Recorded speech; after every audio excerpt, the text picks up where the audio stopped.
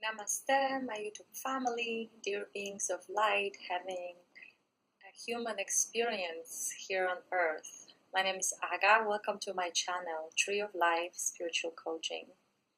Today I would like to share a story of my return to my purest form after many years of unconscious and conscious steps for 8 years conscious to come back to the state of unaltered pure energy. It is a special time for me because about a week ago I have had an experience that makes me believe that all the clearing that I needed to do in regards to my childhood trauma and perhaps even in regards to my family line trauma has been completed. I'm still in a little bit of sensitive place because it was once again a psychic surgery that I once underwent about 5 years ago. But this time I am pretty convinced that there will be no more surgeries needed. So I'm very excited to be experiencing that pure connection to my own expression of creative consciousness, not altered by my childhood, conditioning or any other events that might have affected me consciously or subconsciously. As children, we are very susceptible towards information that's coming from our environment. And based off of the event that took place about a week ago, I started remembering more and more of my childhood energy, how often I used to see holy beings that were not, visible to others, even if I wanted to share that joyful experience with people around me, they didn't see anything. And also having some other spontaneous channelings based off the energies in my environment. I realized that some of the information that was coming forward was already at age of 7, 8, heavily altered by the environment I was in. And to give you an example, I would go to my grandma's place for summer, and having had a father alcoholic and mother that was very neurotic and compulsive and reactive and very aggressive towards me, there was a neighbor at my grandma's village, and he used to drink as well. And a few days before his death, I was sitting on a couch at my grandma's house, and the information came forward spontaneously. And I said something along those lines. This man does not deserve to die. He's gonna die in 2 days. And he did. And I felt a little bit strange saying this out loud as a child because I didn't wish consciously this man death. I didn't quite understand why I said what I said. And I realized later on in life that because my father was an alcoholic and it was such a stigma coming from my mother and other family members towards alcoholism, that I subconsciously judged this man, and instead of just channeling pure information, yes, this man is going to transition to a different state of existence, non-physical. It's not that he deserves it. what happened, in fact, is his spirit decided before he died, which happens to all of us, by the way, that it is time to transition. That decision happens, months, sometimes years, before we actually create the exit for ourselves. So he already made up this mind that's, spirit part, not the physical appearance of this man. And I picked up on this information, but the way it came through was a little bit altered because of my own upbringing. And there are a few other situations that happened when I was in my grandma's house, because that was a place where I could relax. My mother usually would leave us, me and my sister, for the summer. And my grandma was not cruel to us, so I could, feel more comfortable. I could feel that I could be myself more. So I would have these premonitions, and few people called me witch in the village. And I stopped doing this activity eventually. Maybe I was about 9. And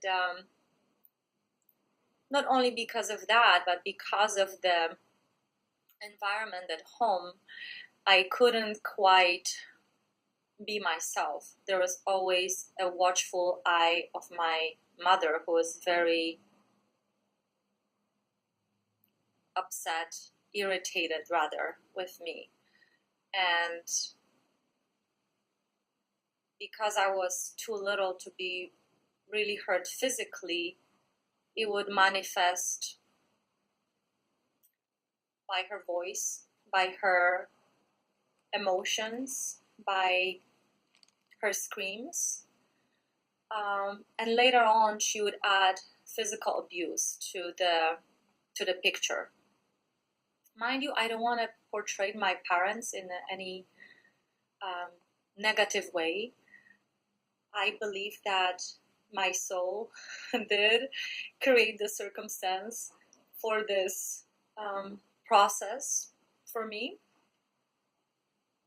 especially looking at my connection to shamanic world and how I can very much shapeshift into different dimensions and pick information. I know I'm a very powerful being. However, for some reason, when I decided to come on Earth and this time, I decided that, being extremely sensitive and having parents completely insensitive to my sensitivity will be a perfect platform for my growth. So I have to give myself, an applause for sticking around in this earthy realm for this long, because I'll tell you, it was not an easy process, easy journey for me. And give me some time to put all of this together. I don't know how long this video is going to take, but you're welcome to watch it in parts.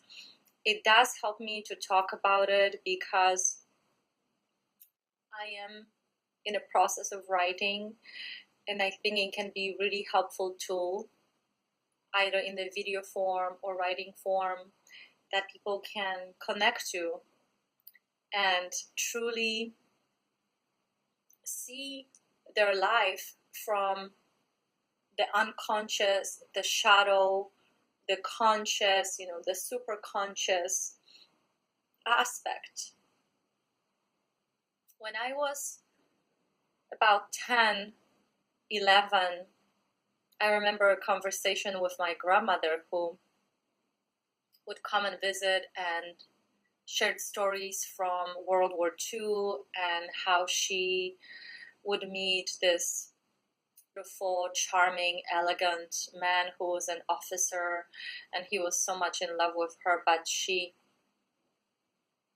did not choose him to become her husband, and instead she chose a soldier who was simple like herself, walked from Lvov all the way to Berlin towards the end of the war to fight with German army, with Nazi, and later stationed at the west side of Poland where they met. And looking at them, it's very clear that their energy was quite a unique composition.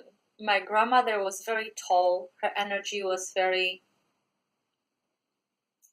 I don't want to say arrogant, but it's like ignorance with physical strength combination.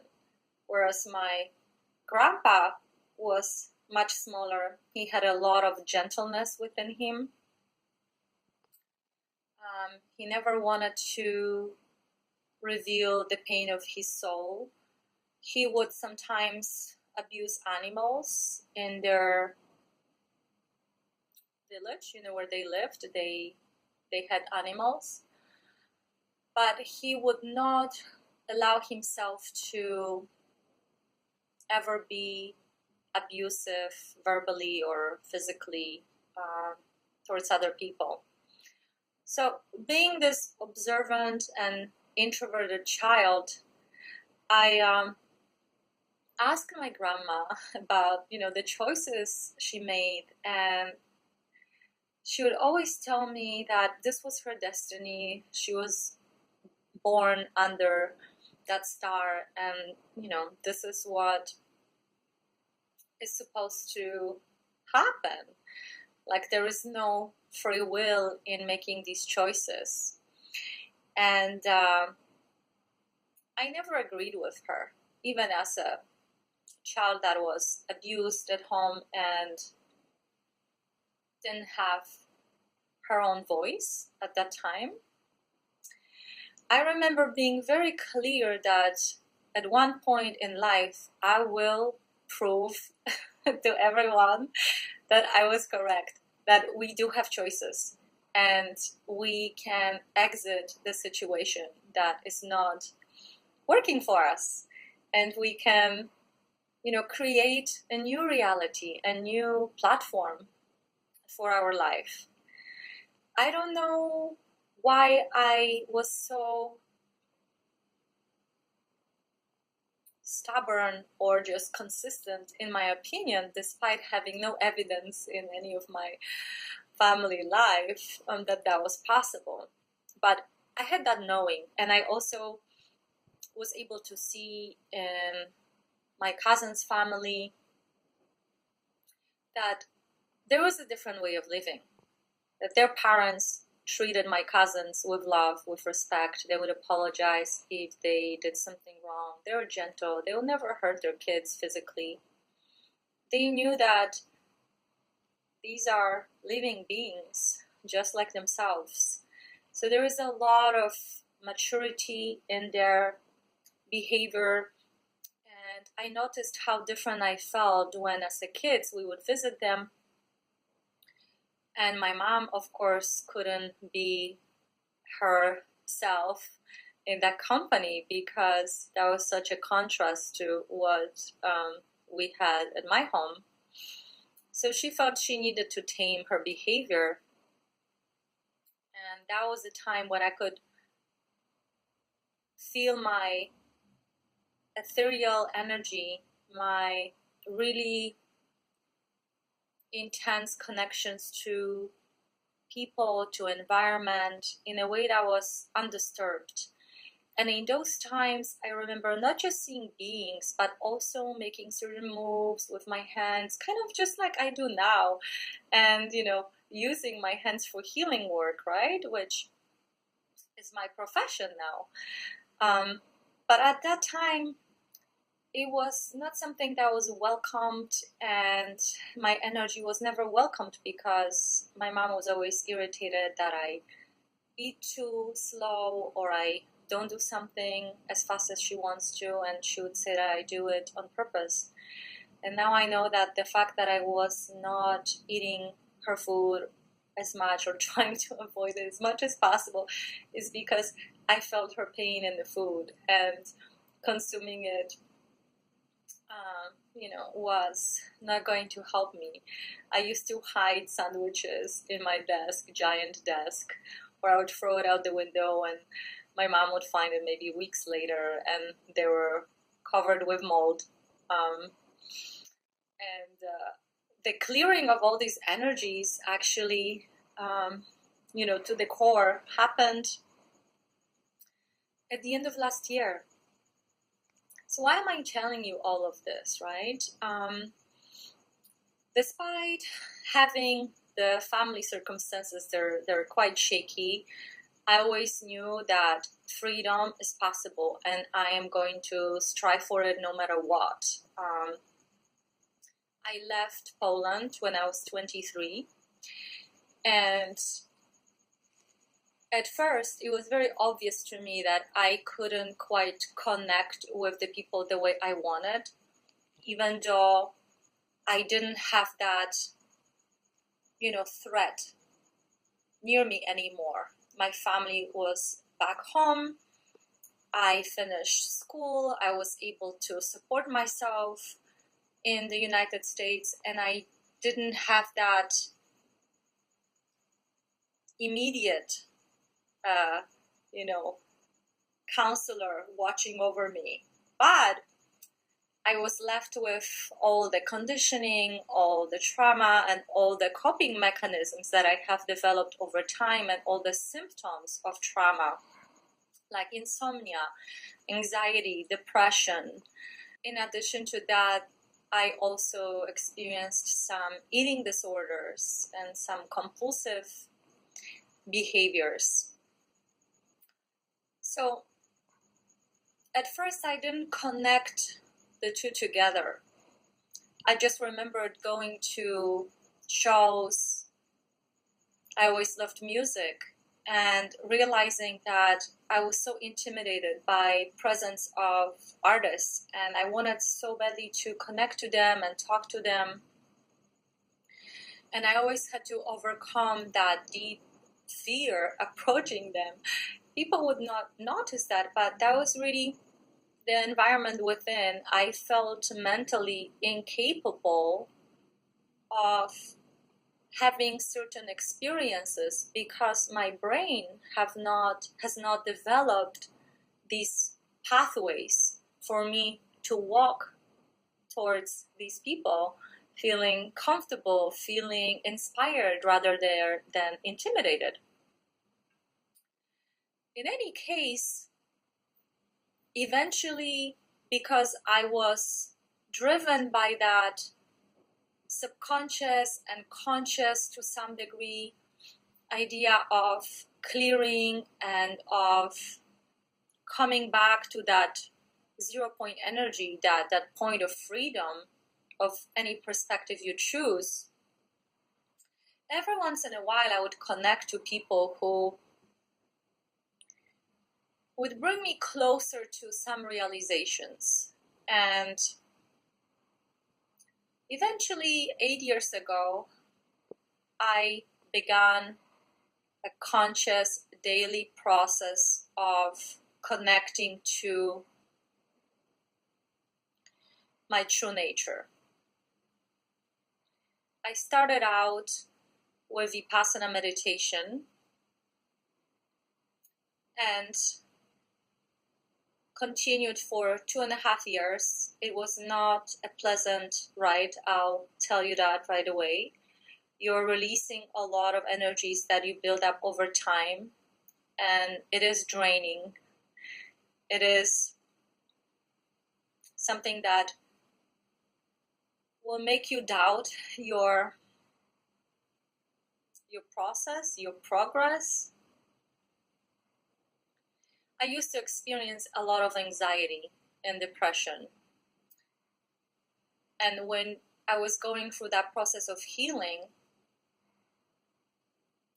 some of these energies would escalate before they were cleared. They didn't obviously last for months or years like it used to happen when I was a child. But you will, if you're in this process, experience echoes of those energies. The way I look at it right now is when you take an animal like a chicken, right? I used to remember my grandma killing a chicken every Sunday for a soup. And she would chop its head and let it run. And it would still run around for a minute or two before collapsing on the ground of her gigantic yard. So these energies that I was experiencing were more like that body memory or nervous system memory of how I used to walk, even though there was not really consciousness there because I was not feeding that system anymore, right? I wasn't supporting consciously the way of being that I adopted in order to protect myself for the time being that it was needed for. And when this process, so I thought, was completed about 5 years ago, I entered a new phase of my life that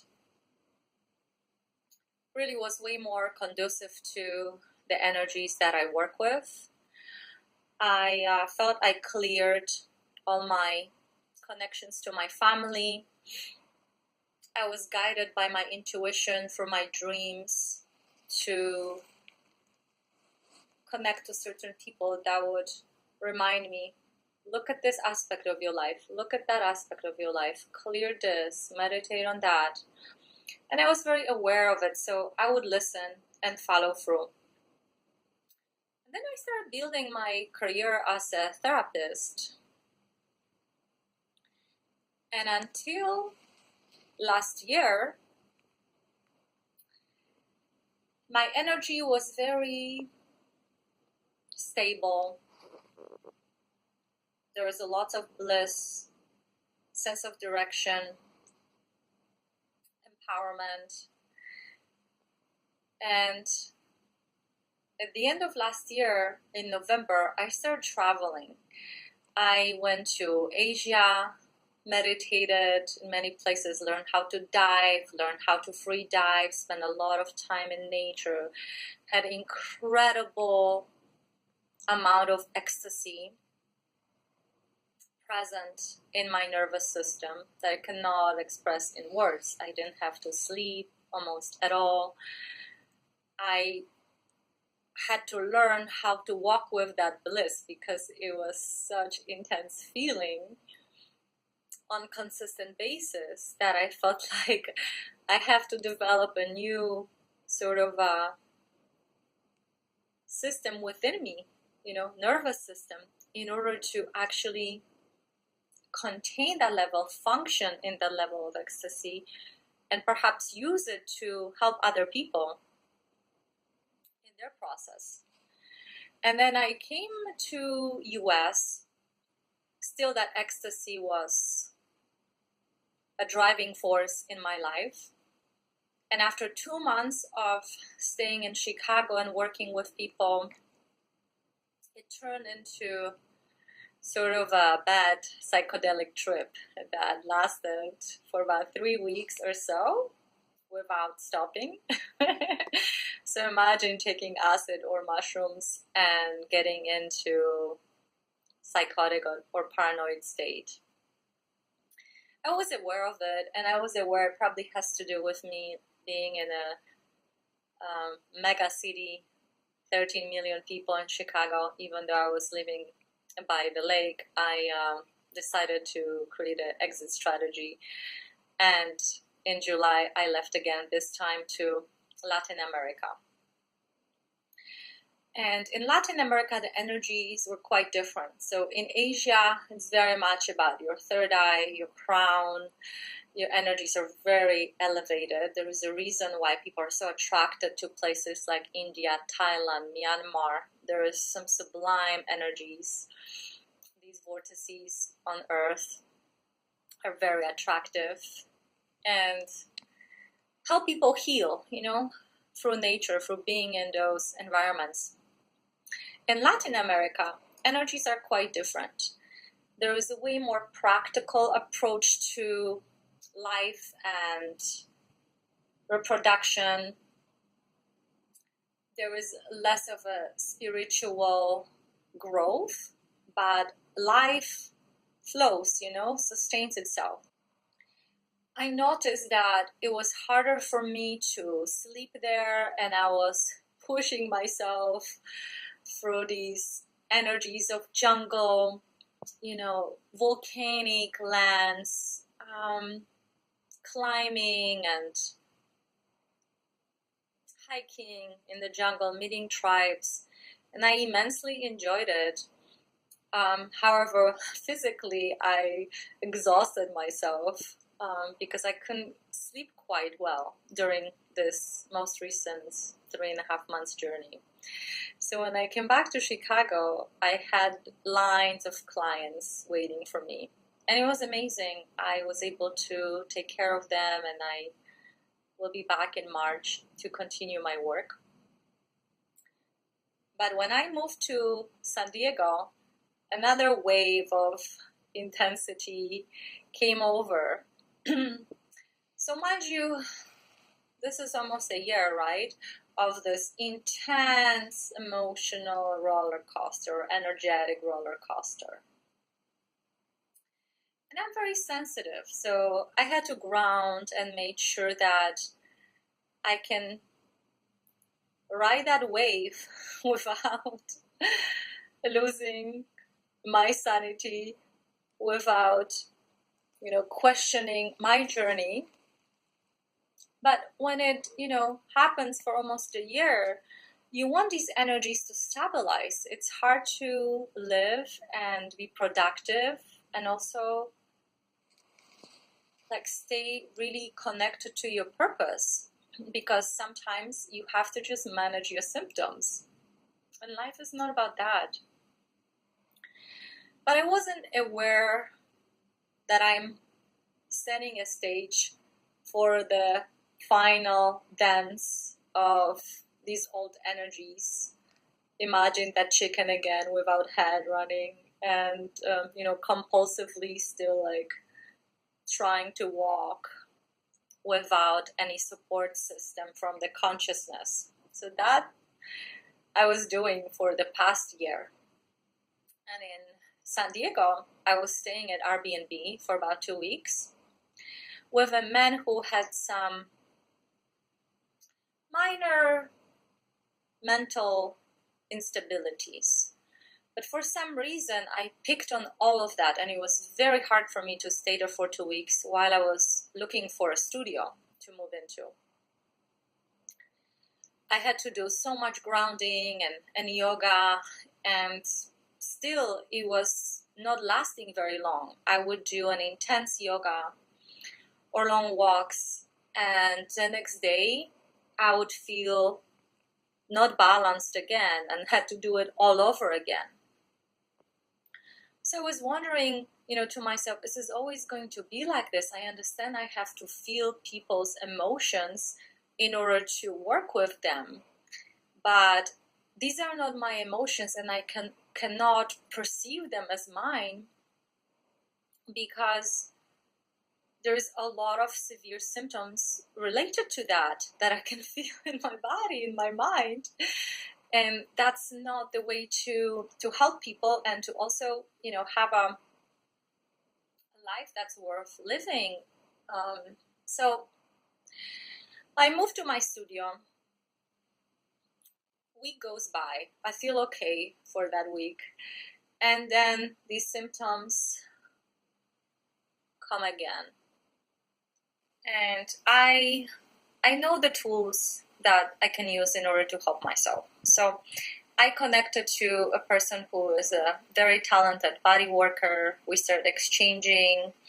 I would open to releasing some of the buildup in my arms. I also scheduled a hypnosis session with a lady who helped me realize I had a lot of energetic baggage from the food that I was consuming from my mother. I could see it coming out energetically. Just a lot of stream, basically, of vomit, energetic vomit, different colors. And after that experience, I rested and I felt that, okay, maybe now everything will settle, but it did not happen.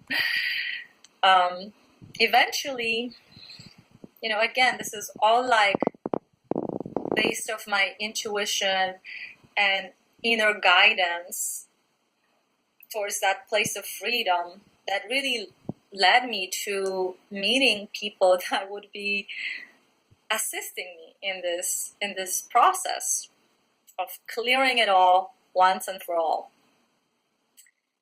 And one time, this massage therapist that I was exchanging with, that was right before Christmas, he came and we did a session on each other, invited me to go dancing. It sort of happened naturally. I asked him what he's doing, so it's not like he really invited me, but I felt like connecting to people in San Diego since I'm new here. And I went to this place called Cava Lounge. And I don't go to bars really anymore. I don't drink anymore, except for occasional little toast here and there every few months. And here I am, and there is sort of like a Burning Man culture going on there. He gave me a massage. I felt, loved and touched by human, which doesn't happen too often. Usually I give and I take care of people. So I always do the best I can to use everything that was given to me in a way that can multiply, goodness in myself and in the world. So I know how to ride that wave of positivity. And in this bar, I started talking to a few people. One guy bought me a drink, and it was a silly conversation. It's interesting to me how people would so frankly offer to be my lovers right at the spot. But I guess that happens sometimes. People are just attracted to my energy, and because of their own,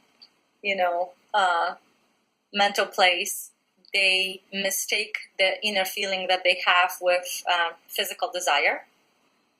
But later on, I met this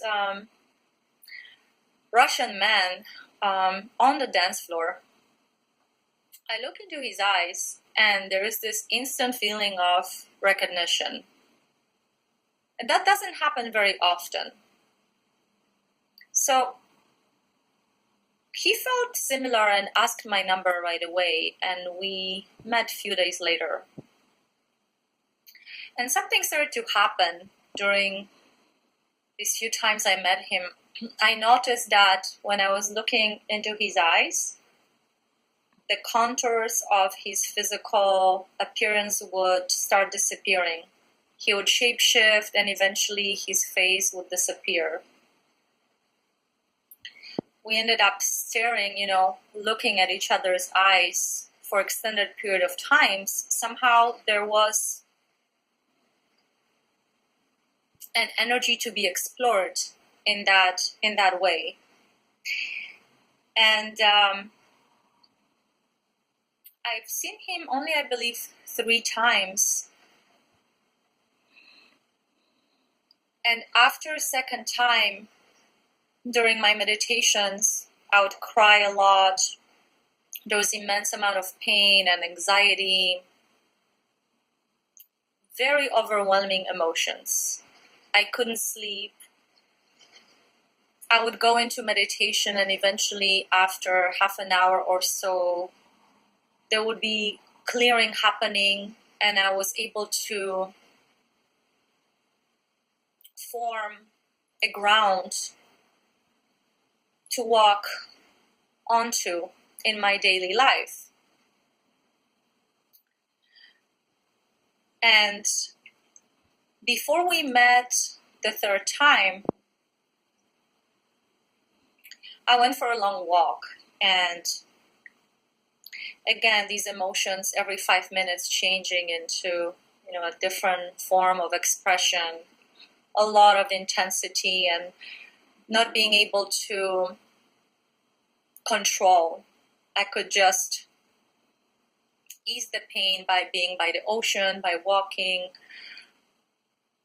and by allowing this to happen in the safest way possible for me. I did not know what this means yet, but we started texting this evening, and he came to visit me. I offered that we do a meditation together. And before he came to my studio, my body would start shaking uncontrollably. It was not a pleasant experience. You think that you're meeting a person that can possibly be your friend or maybe something more. There's definitely a connection. However, you are so afraid. It's a paralyzing, freezing fear that I was feeling. And I was standing, by my sink trying to make some tea and shaking and wondering for a moment, how am I going to even face this person? I have no idea what is happening. I cannot quite put it in words and even understand what is happening to me.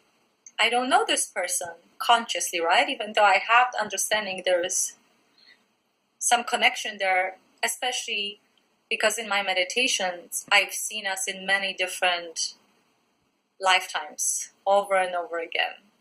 So I knew that there is history there in many different levels.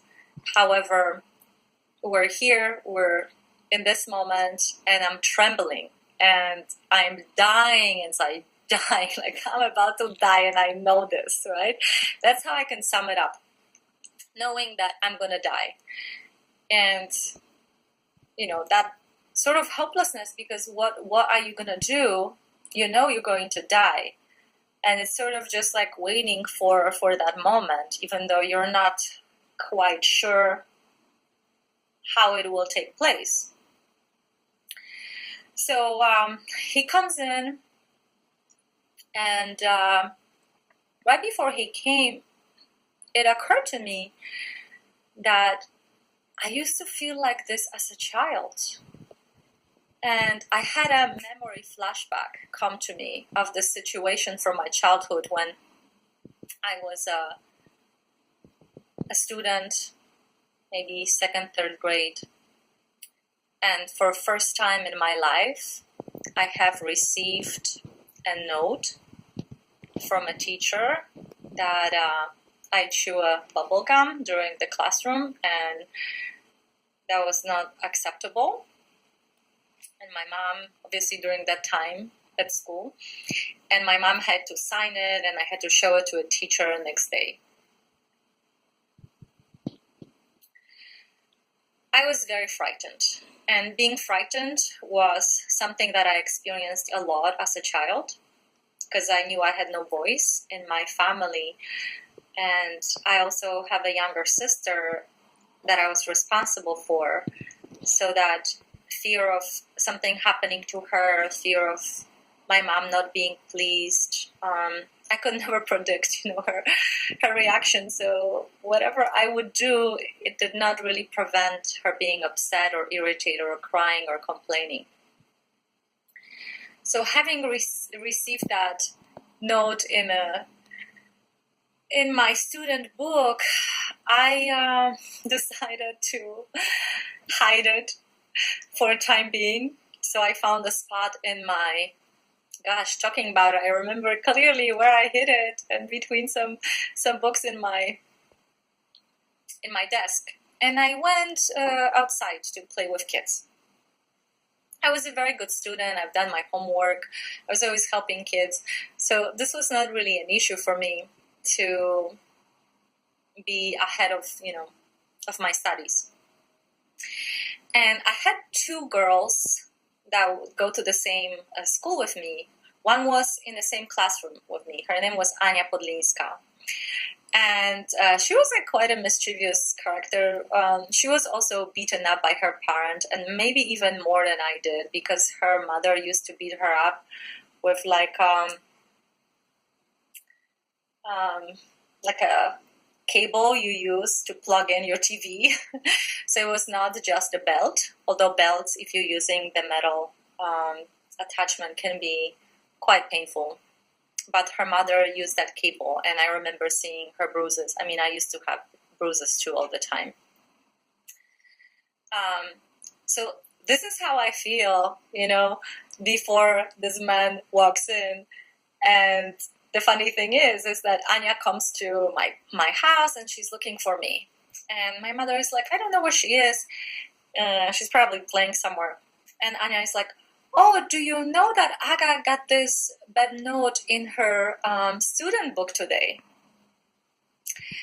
And my mom, of course, didn't know, because I didn't see her that day. I didn't tell her anything. Of course, I was like frightened to death to tell her, because I knew I'm gonna, be basically tortured by her later. She will have another excuse to release her frustration onto me. So she's coming out of our building, and I will never forget that face, especially, in conjunction to these situations that I'm referring to.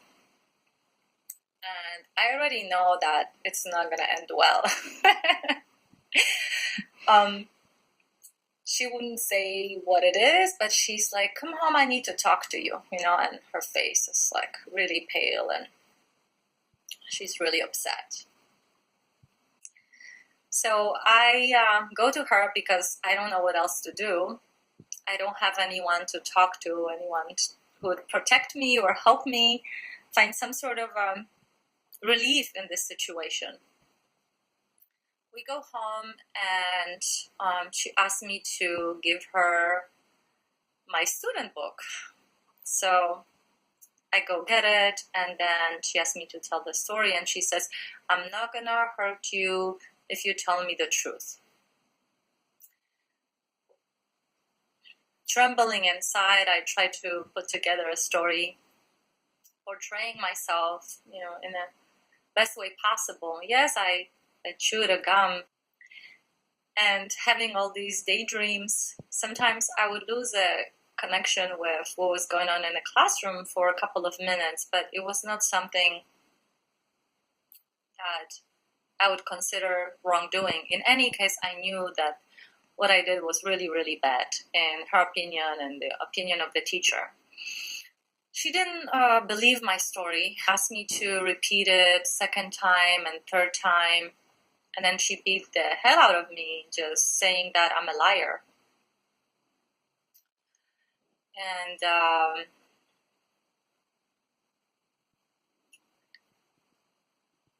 that's why she's hurting me, not because I got the note, but because I'm a liar. And this energy from this time became present at the moment that this man entered my studio.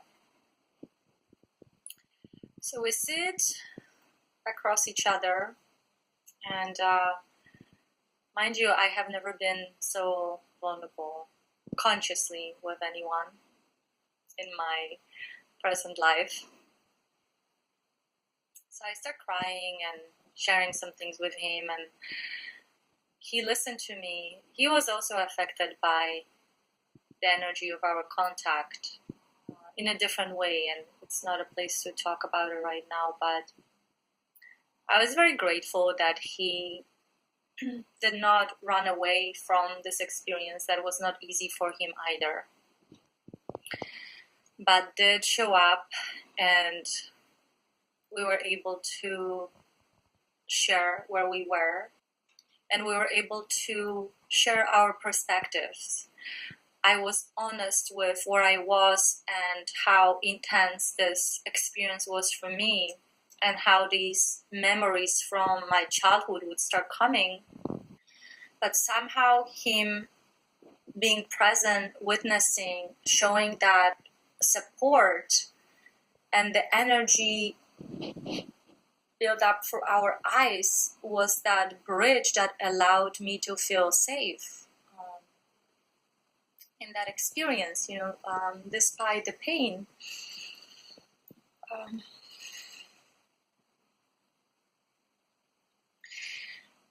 Shortly after that really intense wave, I felt a deep release from my left ovary, left side of my hip, my thigh, and my back on the left side. I felt really weak, and eventually when he went home, I wanted to rest, but I wasn't really able to rest for another couple of nights. I was crying and felt like I underwent really intense surgery. Everything was extremely vulnerable and painful, but at the same time, in my meditation, I realized for the first time that I felt what mothers feel when they want to have a family or they have that moment of holding their child. When I was meditating, I realized that I was blocked through the trauma was my connection to motherhood, because I couldn't trust the relationship I had with my mother. So the energy planted a blockage in my ovary in order to prevent becoming a mother.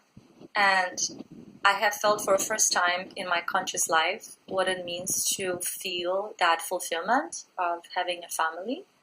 I don't have a family, and I never wanted to have a family until that point. I don't know if I'm in a place to start one, although for an hour or so, I deeply felt and saw lots of images of me holding a baby, me being a baby myself, newborn, me nurturing a child, and that incredible love connection between mother and child. So now I understood why women decide to have children. So that's one of the things that I have experienced right away. And there's still anxiety for next few days. And still crying in my meditations and energy stabilizing slowly. So I'm still very fresh when I share this video and still processing everything what happened, and very grateful and also very excited in a gentle way about coming back to my true nature without feeling that blockage that came from lacking trust to divine feminine energy, because that's what I represent here on earth, that incredible empowerment of divine feminine that I'm here to share. And although I have been doing that for quite a few years, it seems like it did affect my personal relationships without me even realizing it fully.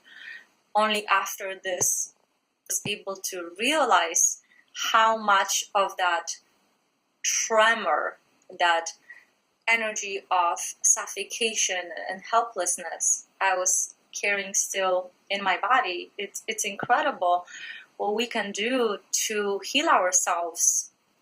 I want this to be a positive video. It is not a story of personal tragedy. It's a story of personal victory.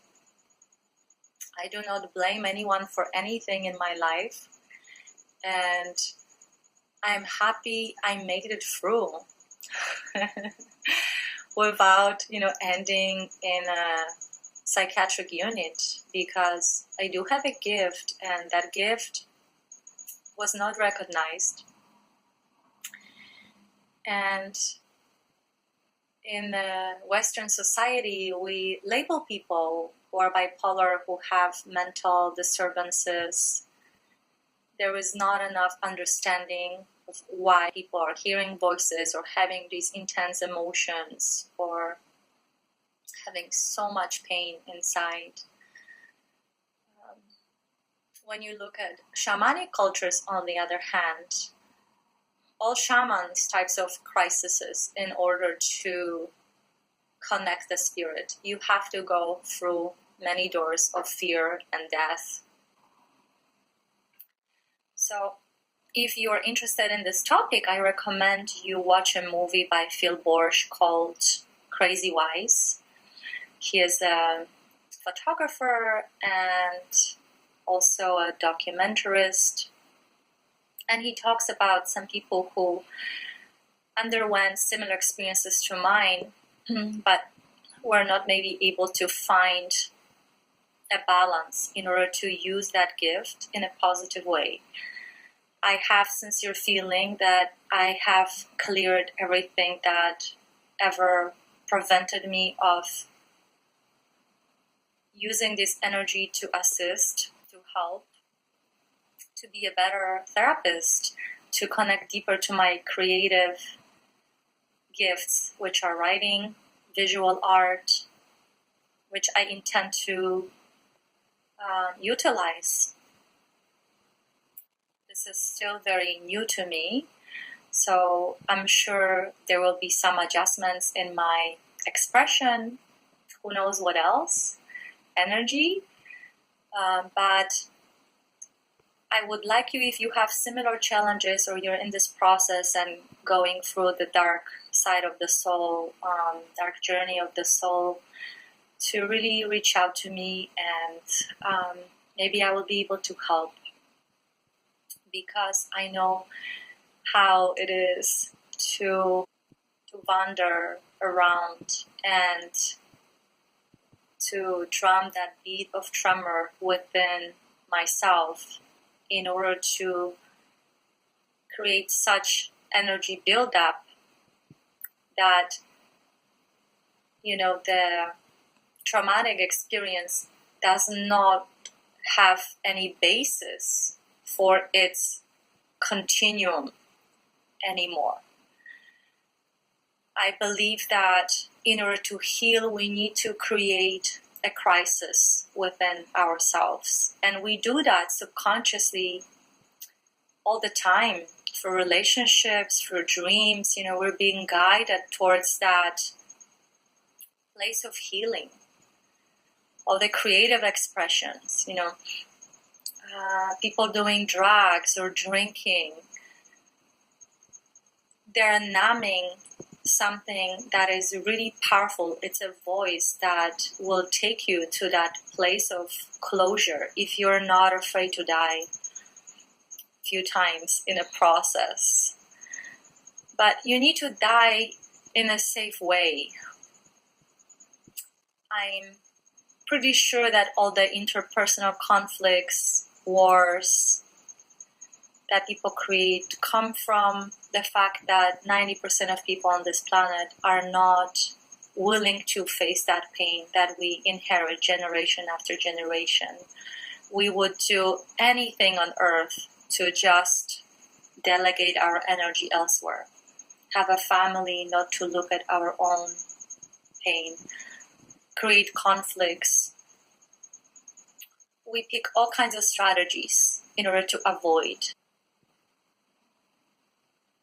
I'm happy to share that I did not avoid the crisis. In fact, 8 years of meditation, pranayama, breath work, listening to my dreams, connecting to intentions through my dreams, set the stage for my final clearing, however painful that was. And I've never been to a psychiatrist. I never took any types of pills, even though it was extremely hard at times.